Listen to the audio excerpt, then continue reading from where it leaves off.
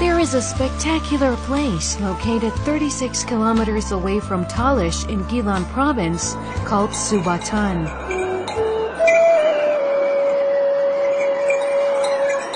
A beautiful region among valleys and mountains covered in mist. A place where a heavenly nature can be seen everywhere and is great for a family trip and some relaxation. In a pristine nature, with fascinating and green lands, along with the great weather, traditional dishes are even more delicious and enjoyable to have. On this trip, we want to introduce some of Subatan's most ancient and traditional dishes.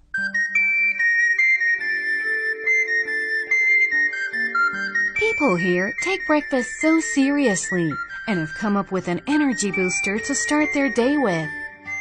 We begin our food exploration with a very nutritious breakfast called sirjine.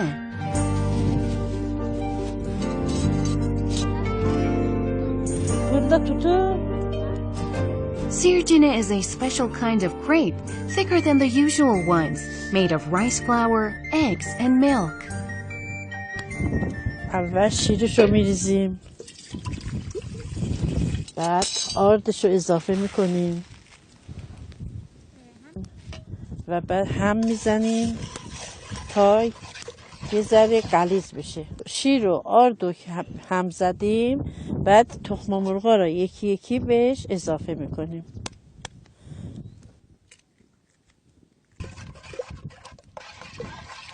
زردچوبه رو بهش اضافه میکنیم.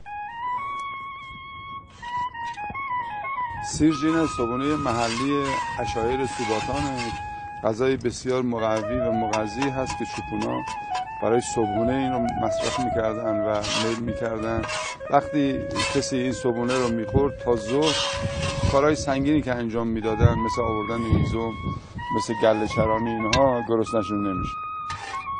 We then fry the dough inside a pan till both sides turn golden brown. توی روستاها خانم‌ها زحمات خیلی زیادی رو میکشن، از جمله تهیه غذا، پخت نان، درست کردن پنیر، کره، کشک.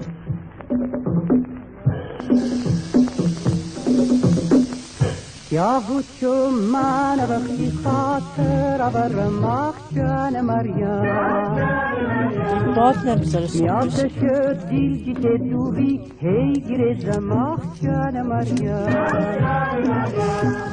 خودت نمیخواد زاره کارو بارا خودم در تیرا دارو ندارم راتو کنکم جیت دستم طول مریم جان مریم.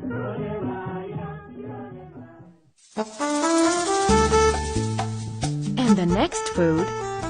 Well, it's a natural production of these cows, and again a pan, fire, and frying oil. Most people love cheese, but you probably haven't tried this cheese, which is going to be made right now.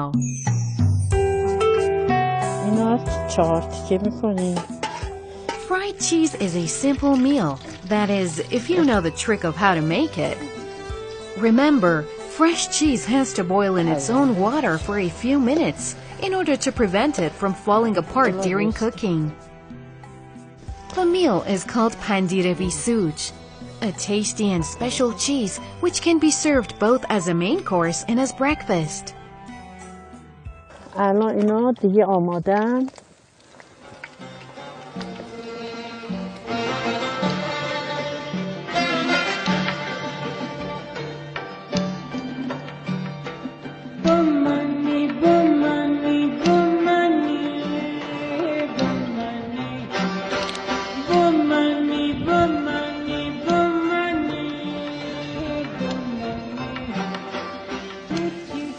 بعد از اینکه این پنیر کاملا سرخ شد میکشن توی دستی بشقاب و سلیقه ها مختلف هست. بعضی ها با نون میخورن برای عصرانه و شام، بعضی ها حتی با برنج هم میخورن. غذای بسیار خوشمزه و لذیذی هست.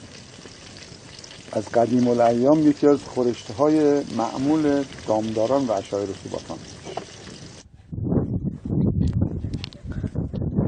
Stones have played an important role in our kitchens and cooking since a long time ago.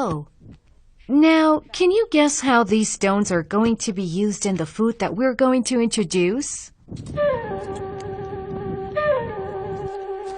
Qortmaj is another traditional food from Subatan, which shepherds used to make with fresh milk.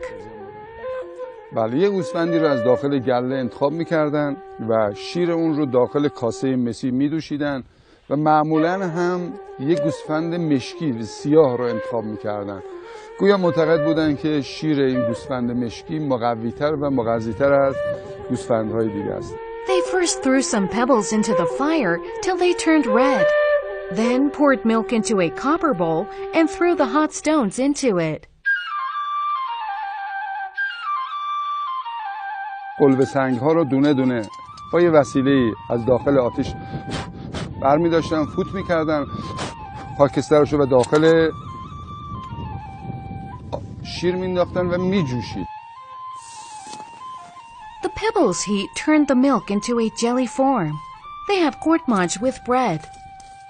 معمولاً عشایر و چوپان‌ها غذاهاشون معنیدار بوده، مفهومدار بوده، هر کدوم فلسفه خاصی داشته و این غذا هم که غذای کاملاً چوپونی است، بسیار غذای مقوی بوده که میتونستن تا غروب خودشون رو برای انجام کارهای گله‌داری تقویت بکنن.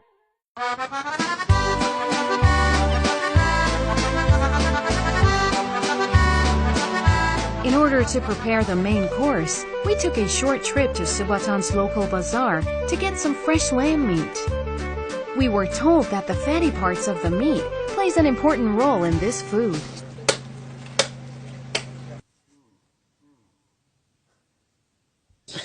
گوشت رو اول میخریم میشوریم، بعد گوشتم گوشت گوساله است، ببخشید بره است.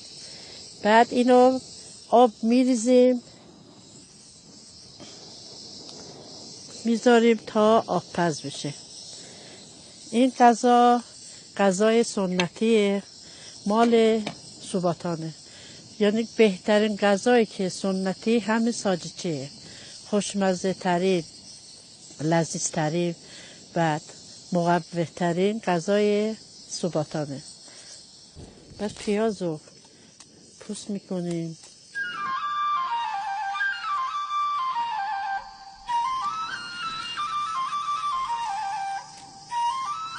In sajichi or sojadila, the lamb is cooked in a sauce made of yogurt and onions and is truly a delicious meal. زردچوبه باید زیاد باشه.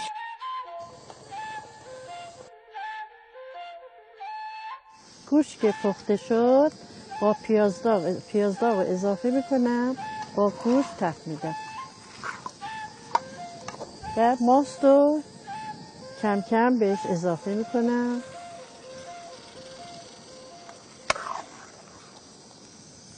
تا جوش بیاد.